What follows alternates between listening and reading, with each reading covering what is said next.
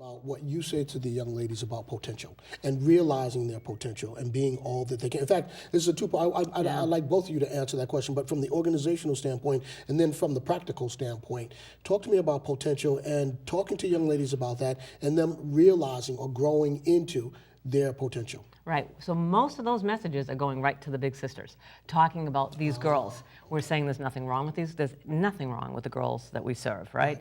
So there might be that there's a deficiency or something in their environment, or it might be that they just need somebody, an adult, confidant, someone that they can talk to, other than a teacher, other than their mother or parent, that's someone that they can confide in about issues that they're going through, especially when they start navigating through adolescence. Because a lot of uncertainty happens during those years.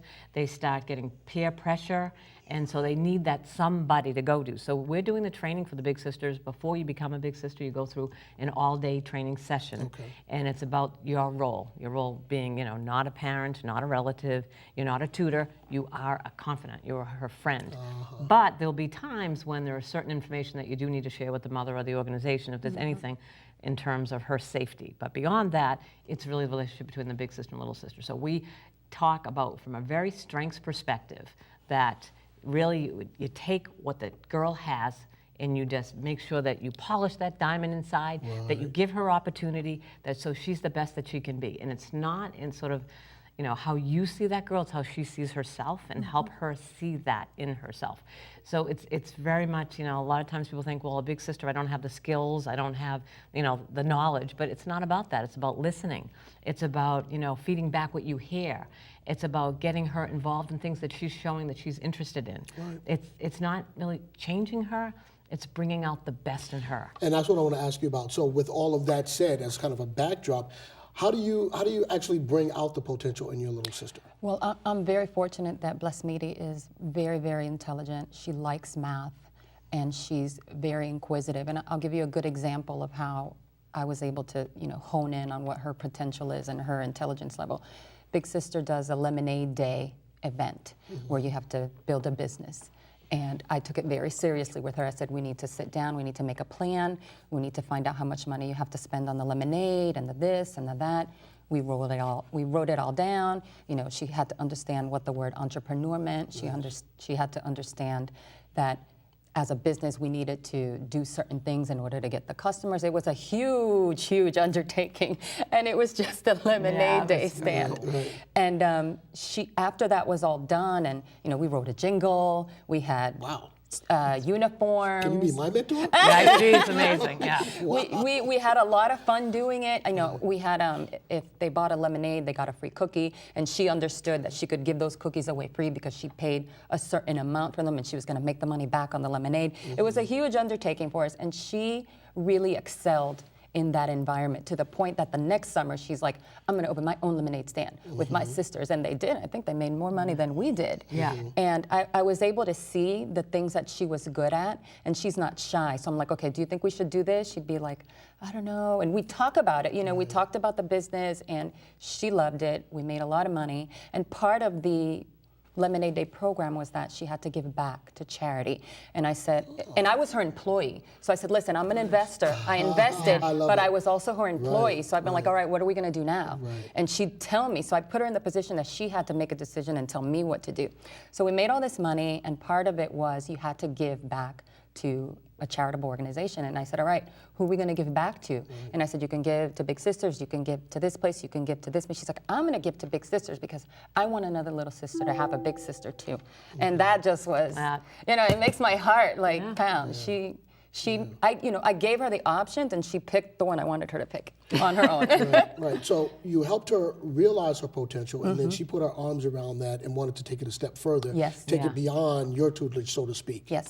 That's amazing. Now, if you have a big sister that comes to you to say, okay, my little sister really does have some difficulty, whether it's whatever the problem is, do you then interface with the parent? Do you go to another social agency, explain that situation to them, and they interface with the parent? How does, so you do. So we're going to have a conversation with the mother or the father or the parent, the guardian, and we're going to determine what the needs are, and then we're going to say we have suggestions for organizations that we can call or you can. And a lot of times it's just in partnership. So it's definitely, you think the parents, the big sister, and Big Sister organization working together on behalf of that little girl. So it's wonderful. Yeah. Now, you say you have some summer camps. Did you mention? We don't have the camps. What we do is that we get funding. We send the girls to camps.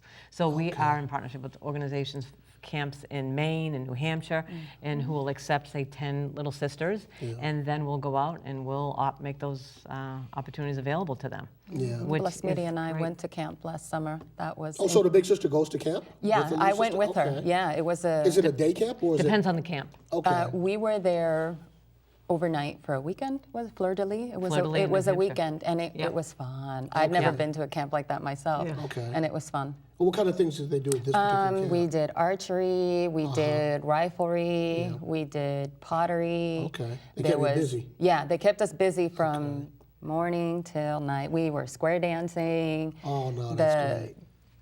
Paddle Rowing? thingings, no, the other ones, the kayaking. Yeah. Kayaking and canoes, kayaking and canoes. So a lot of exercise. A lot of exercise, a lot of running around, a lot of and they had to serve dinner every night. You know, the girls would help put the plates down. Nice.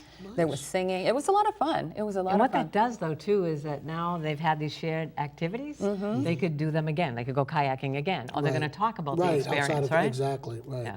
You know, when I was a kid, going back to my youth, I grew up in New York City. There was a camp, I think it's still in effect, called the Fresh Air Fund, where they actually had kids from the inner city go and stay on a farm, you know, for 2 weeks. Well, no, actually it was 2 weeks. When I began, I was 6 years old. Okay, and I went all the way between every summer from 6 to 16, and I think by the time I was 8 or 9, I stayed for an entire month, and I went to a camp in Pennsylvania. And the thing about it that I found pretty enriching is I grew up with blacks and Latins, and now I was staying with a German family, you know, which I'd never done. I'd never stayed with a white family. In fact, I didn't have many interactions with white folks unless they were my teachers in school, you know.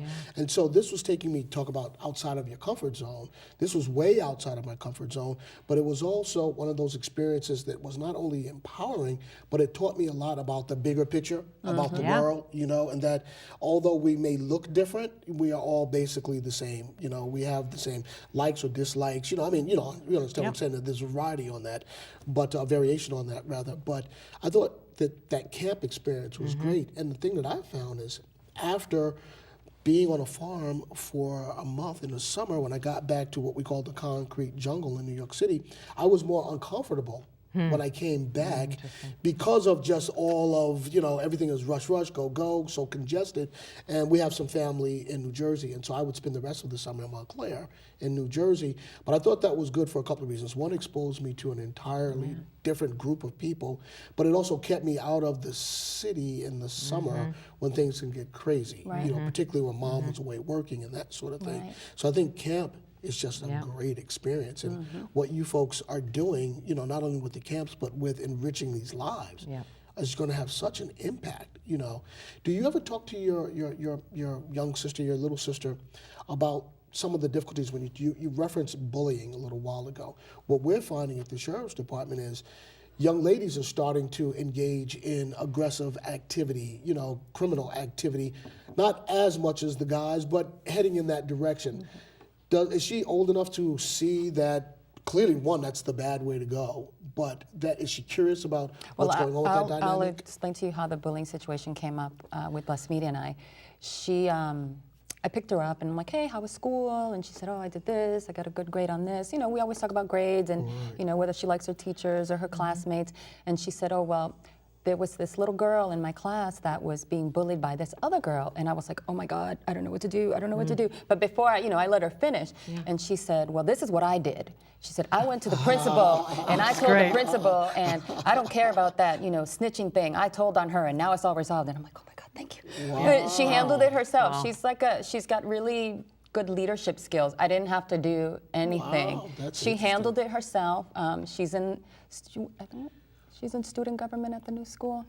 But at her elementary school, she was involved in student government, but they had rolling positions. So 1 week you were president, the next week you were treasurer, so everybody gets a chance to be in it. And I think that gave her a lot of leadership skills. Now, does she have siblings herself? Yes, she has 3 sisters and a brother and 2 of her sisters are also matched with Big Sisters. Oh, nice. And the Okay, youngest one is okay. waiting to be 7, I think, to do it. Oh, okay, that's pretty cool. So then they have that experience also, you know, that they can share amongst themselves. And the other sisters were all younger, and she was the first to be matched. So when I got home, they'd be like, Blasmita, your big sister's here. And they'd be like, when am I going to get my big sister? Can we come with you? We want a big sister. They were excited about it as well, because Blasmita would come home and say, we did this, or I went here, or we did that. So. Now, isn't there like a Big Brothers, Big Sisters organization? There is. Yep. Okay, so now do you work collaboratively with some of the other organizations that do like work? We do. We work with Strong Women, Strong Girls. We work with the Girl Scouts. We work with Girls Leap. And Big Brothers, Big Sisters is another separate organization, but it's part of the national organization. So in Boston, they serve boys and we serve girls. So talk to me personally for you.